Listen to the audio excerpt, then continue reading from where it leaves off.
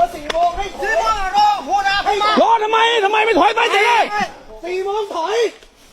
อัดนี่ดิ ผมกำลังมา ไปไปฮะบอกให้ถอยออกจะแล้วแล้วมาทำไมเข้ามาทำไมล่ะถอยอัดเมียดิถอยไปดันกันมาเลยดันกันมาครับ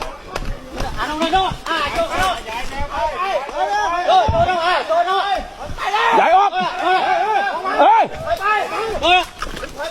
เอาดิมาอันคุยตึกพลาดจ้ะมาดู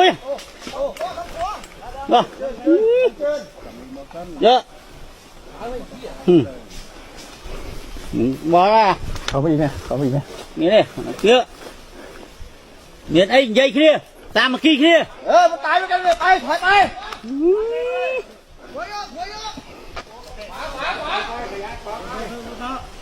ตาเดียวขยับแล้วขึ้นมาตาเดียวขยับแล้วขึ้นมา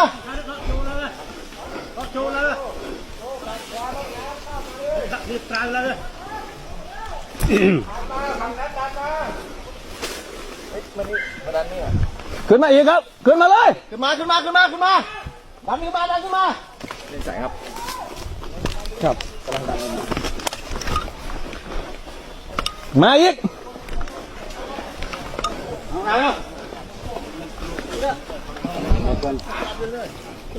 มันถึงเวลาแล้ว